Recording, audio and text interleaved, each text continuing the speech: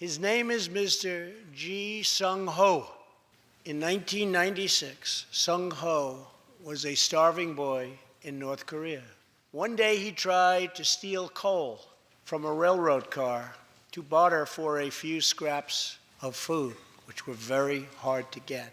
In the process, he passed out on the train tracks, exhausted from hunger. He woke up as a train ran over his limbs. He then endured multiple amputations without anything to dull the pain.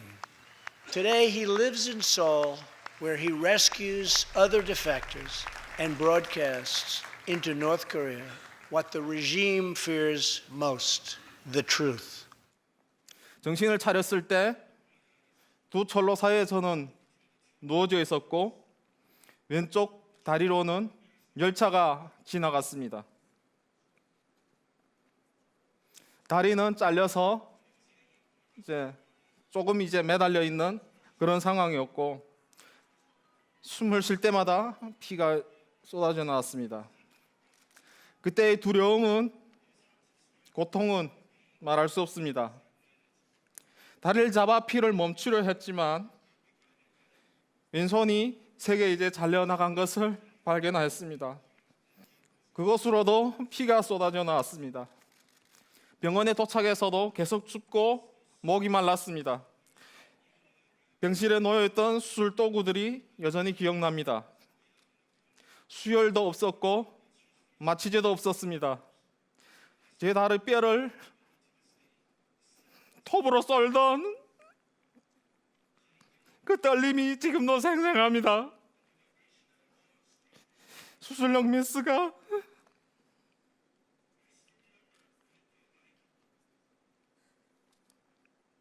살을 자르던 소리와 제가 기절하던 생각이 납니다. 의사는 제 뺨을 때리면서 정신 차리라고 하였죠. 제가 비명을 지를 때마다 수술장 밖에 있던 저희 어머니는 기절해서 쓰러졌습니다.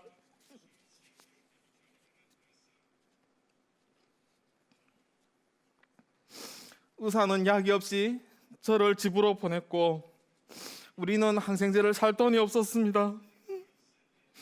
수술 뒤 하루하루 생존하는 것은 죽음보다도 힘들었고 항생제 없이 마취제 없이 매일 밤 고통에 울었습니다. 죽여달라고 하다가 아침이 되어서 잠들기도 하였습니다. 저는 동생들이 힘들어 버려온 음식을 먹을 때마다 죄책감을 느꼈습니다. 북한은 여전히 기아에 시달렸고 당간부를 제외하고 모두가 굶주리고 있었습니다. 제 남동생은 시장에서 쓰레기통에서 찾은 몇 오리를 하루 종일 모아서 가져와서 씻어서 저 입에 넣어주었습니다. 저는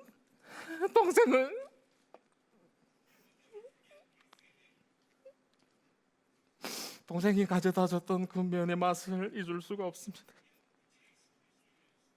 저희 병간호 때문에 동생들은 내가 나올 때까지 풀을 먹어야 했고 제대로 키도 자라지 못했습니다. 저는 죽을 때까지 미안한 마음을 잊을 수 없습니다.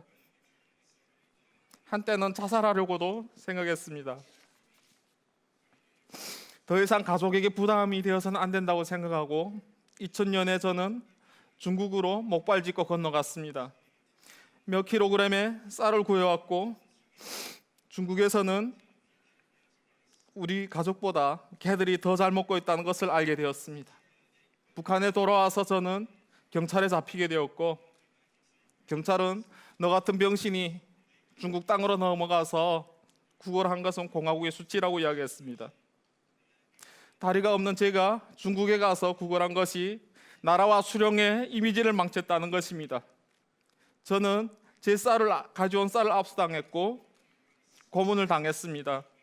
저와 같이 잡힌 다른 사람들보다도 더 심한 고문을 당했고 저는 그것이 마음에 큰 상처가 되었습니다. 그런 불의가 저를 북한을 탈출하게 하였고 2006년 목발을 짚고 남동생과 함께 탈북하였습니다.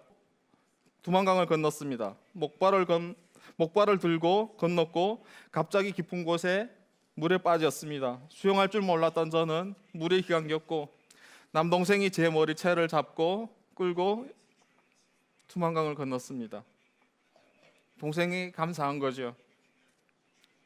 목발을 짚고 중국 라오스 만마 6,000km를 이동해 태국에 도착했습니다. 여정 끝에 가장 어려운 점은 이제 라오스 국경을 넘을 때였습니다. 목발이 너무나도 힘들어서 죽고 싶었고 북한에서 태어난 것이 원망스러웠고 그때 누구도 저 같은 고통을 당하지 않도록 노력하겠다고 맹세하고 기도했습니다. 2006년 7월 저는 긴 여정 끝에 대한민국에 도착하였고 서울에 오게 되었습니다. 그때 가장 큰 소원은 우족과 우수를 갖는 것이었습니다. 대한민국 정부에서는 곧 그것을 제공해 주었습니다. 저는 이 기쁨을 아버지와 함께 나누고 싶어서 북한에 연락을 취했습니다. 마침내 고향의 지인들하고 연락이 닿았지만 아버지가 돌아가셨다는 충격적인 이야기를 듣게 되었습니다. 저희 가족이 중국으로 탈북했고 아버지가 마지막으로 탈북하다가 붙잡혔고 보위부에서 고문을 당했습니다.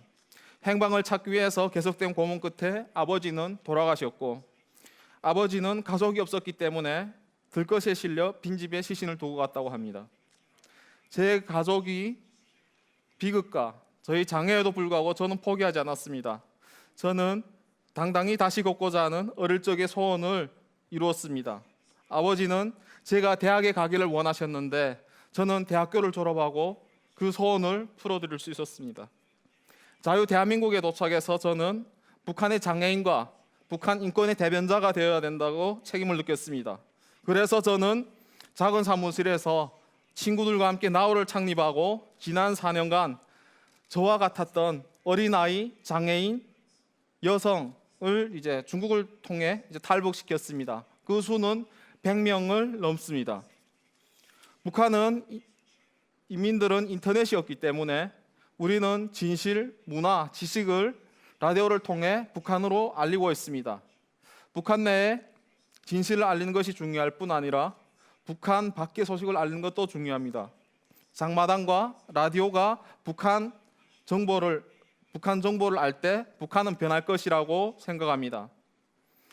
저는 오늘 죽음의 위기에서 모든 것을 이겨내고 이 자리에 섰습니다. 이것이 제가 1만 킬로를 건너서 의지해온 목발입니다.